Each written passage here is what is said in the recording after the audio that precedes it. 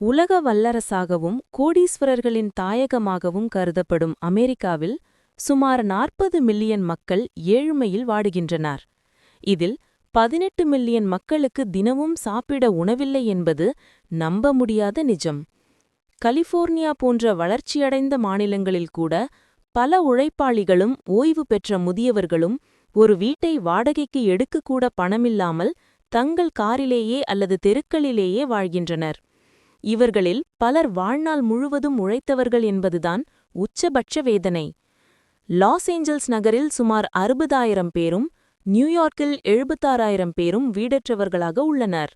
மேலும் உள்நாட்டு அமெரிக்கர்கள், அதாவது நேட்டிவ் அமெரிக்கன்கள், மற்ற இனத்தவரை விட மிகவும் மோசமான வறுமையில் தள்ளப்பட்டுள்ளனர்.